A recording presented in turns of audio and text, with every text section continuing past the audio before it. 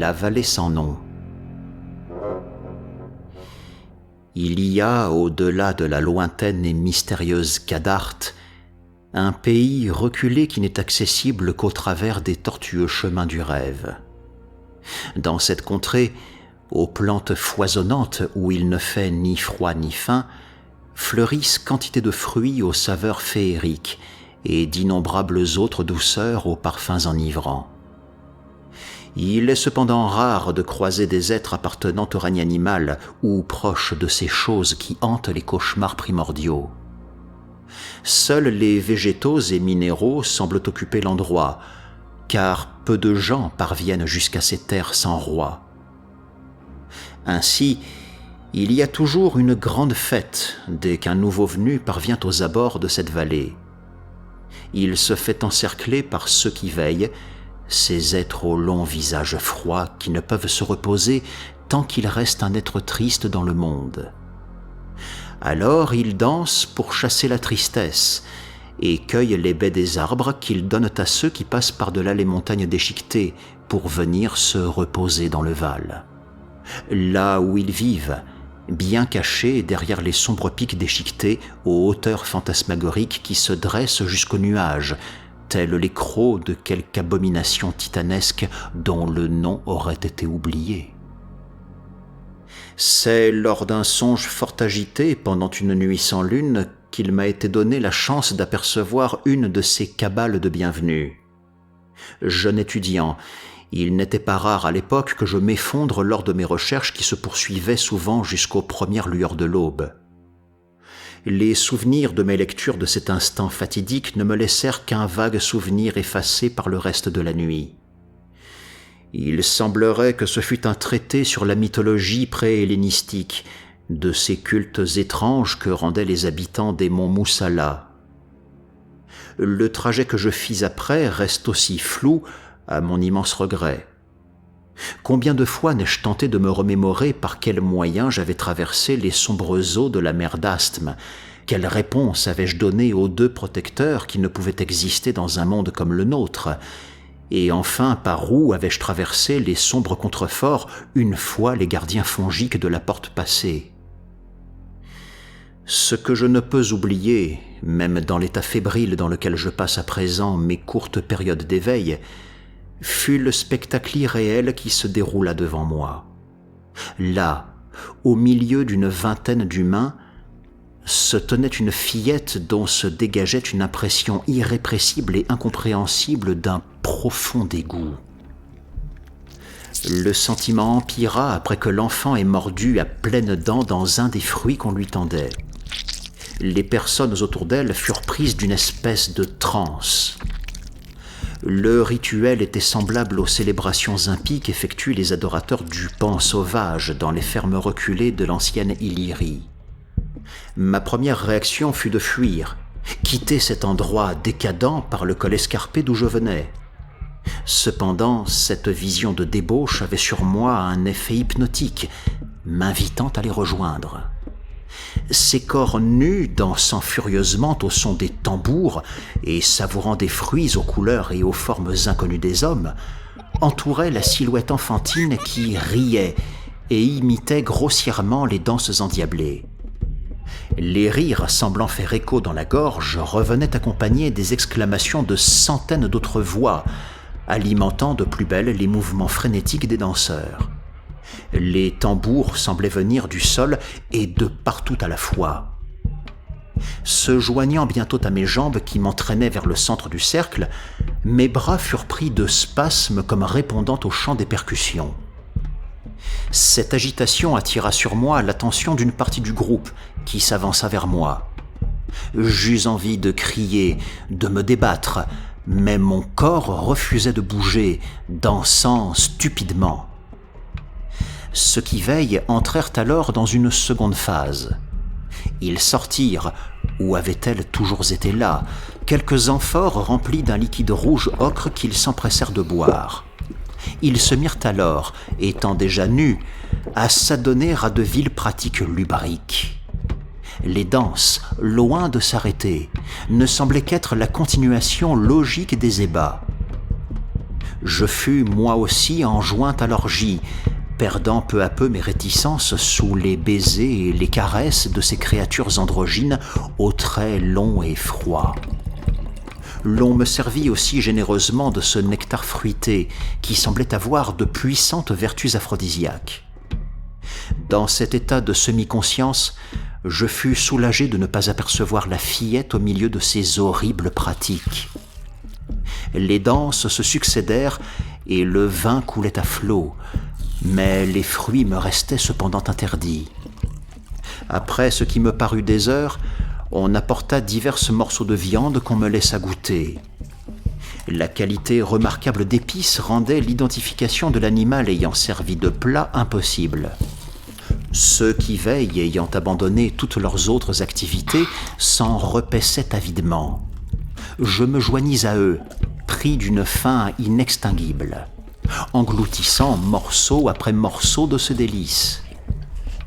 Dans l'ivresse du repas, je fus à un moment projeté en arrière à l'instant où je tendais mon bras pour atteindre un autre morceau de viande, incapable de reprendre mon souffle. Je me fis recouvrir par une marée vivante de créatures. La gueule béante, la plus proche me regardait avec une expression de pure haine, à seulement quelques centimètres de mon visage. Elle me soufflait son haleine putride dans la face. Je crains que je ne perdisse connaissance, tant sous la douleur de mes os qui se brisaient sous le poids des créatures, que par la terreur qui reprenait le pas sur la transe hypnotique. Ce qui suit, je ne peux en être sûr, la confusion et la fatigue rendant difficile de déterminer si la bagarre avait seulement eu lieu. Je n'avais aucune trace de blessure et mes os n'étaient même pas endoloris. Ceux qui veillent semblaient pour leur part juste sortis de table. Après le repas d'une rare brutalité, même après le spectacle qu'il m'avait déjà été donné de voir cette nuit, toutes les créatures se tournèrent vers moi, la gueule encore dégoulinante de sang de leur dernier repas. Ils me dirent, dans une voix angélique qui sonnait faux sous leurs apparences bestiales, que j'allais finalement goûter le fruit sacré qu'aucun homme ne peut toucher, et que ceux qui y touchent ne sont plus vraiment humains. Lorsque je fus brutalement extirpé de ces songes par mon tenancier. Encore hagard, la senteur âcre de mort me fit l'effet d'une claque. Une épaisse couche de crasse recouvrait mon appartement et les restes du repas de la veille dégageaient une telle odeur de pourriture que j'étais au bord de l'inconscience. Ce que je pensais n'être que quelques heures de sommeil avait été plusieurs semaines, et c'est aux portes de la mort que l'on m'avait trouvé. Transféré aux urgences, les médecins ne purent expliquer comment je ne m'étais pas déshydraté, les diverses ecchymoses qui recouvraient mon corps, ni le fort taux d'alcool que l'on trouvait dans mon sang. Ce fut après cette nuit que se déroulèrent les événements qui m'ont mis dans l'état dans lequel je me trouve actuellement et me poussent à ôter ma trop longue vie une fois mes mémoires retranscrites. Je prie ce qui reste de bon dans ce monde pour que ce texte puisse servir d'avertissement à ceux qui, comme moi, tentent de rejoindre cette vallée. Après mon bref séjour aux urgences, on chercha à me transférer en hôpital psychiatrique. Le docteur O'Kane, qui était chargé de mon état, était préoccupé par les violents spasmes qui m'agitaient parfois pendant mon sommeil. Un peu comme si mon corps refusait de rester ici et cherchait presque maladivement à rejoindre quelqu'un ou quelque chose. Je souffrais aussi d'anémie. Ce qui tracassait d'autant plus le docteur, c'est qu'en dépit de ses symptômes et de ma maigreur presque maladive, Je jouissais d'une vigueur remarquable pour quelqu'un ayant largement passé la trentaine. Ayant expérimenté toutes sortes de traitements, O'Kane en vint à conclure à un problème mental. Je parvins à me défaire de ces accusations grâce à un ami ayant fait le barreau que j'avais rencontré dans un club de lecture. Quant aux images qui me hantaient jour et nuit, je réussis sans mal à les dissimuler à leur plus ardent psychologue. Il faut dire que mon père avait fini ses jours dans un asile après avoir été diagnostiqué de psychose au sujet d'une expédition en Antarctique et de ce qui y avait été trouvé. Il parlait d'horreurs indicibles, d'un antédiluvien passé qui anéantirait l'espèce humaine, fût-elle réveillée. Lui rendant régulièrement visite étant encore enfant, je pus sans mal étudier les réponses qu'il fallait donner pour être relâché si, contrairement à lui, on ne s'obstinait pas à parler des secrets que la science préfère ignorer. Une fois en liberté, je me consacrai corps et âme à mes recherches. Ce qu'il restait de ma maigre fortune familiale y passa, et je dus vendre le manoir de mes aïeuls pour poursuivre ma quête. J'appris vite que l'on trouve dans certains anciens ouvrages, comme le Necronomicon, écrit par l'arabe dément, des rituels pour atteindre ces lointaines contrées. Seule une poignée ont survécu et sont solidement gardés. Il en est de même pour le livre des vers ou l'Inverticus. Ainsi, après avoir écumé de nombreuses bibliothèques privées des coins les plus reculés de la Nouvelle-Angleterre, aux ruelles du marché de Tombouctou, en passant par les temples perdus du plateau tibétain, je dus abandonner mes recherches des obscurs sacrifices bien plus anciens que la très vieille Babylone pour me concentrer sur la poursuite de la vallée dans le rêve. Je ne m'alimentais que peu et avais perdu le peu de poids que ma morphologie maladive avait péniblement accumulé au cours de ma courte existence précédant mon premier voyage.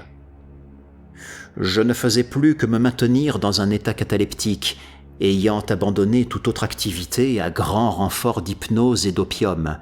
Je parvenais ainsi à maintenir mon état près de 20 heures par jour à naviguer sur la mer d'Asthme. C'est dans cette chambre, si la misérable masure dont j'occupe les combles dormantes à même le sol peut encore être considérée comme une chambre, que l'on retrouvera mon corps. En effet, après plusieurs années d'efforts acharnés, j'ai enfin réussi l'impensable. Mais la sombre vérité que j'ai eue dans cette vallée sans nom m'ôte mes dernières forces de vie. Je ne sais par quel heureux hasard, mais peut-on réellement le qualifier d'heureux, je ne fus hypnotisé par les rituels de ceux qui veillent. Là, au centre de leur infernal cercle, se tenait cette fois un jeune homme qui avait lui aussi passé les barrières du rêve jusqu'à ces lieux maudits. Je vis alors en ma pleine conscience les créatures commencer leur danse au son des tambours. Je vis leurs pratiques ignobles alors qu'ils entamèrent leurs orgies. Je vis un des êtres aux deux sexes prendre par la main l'éphèbe pour l'emmener plus loin. Ce que je vis enfin est pour moi pire que la mort, car cette vie entière passée à revivre ce seul moment de ma jeunesse, cette vie de recherche m'a amené à assister au meurtre barbare d'un jeune homme. C'est ainsi que ceux qui veillent gardent leur jeunesse éternellement par la viande qui m'avait été servie, cette viande dont je m'étais emparé, cette viande qui avait alimenté mes recherches pendant bien trop longtemps, n'était autre que la petite fille que j'avais vue lors de ma première visite, il y a presque 85 ans.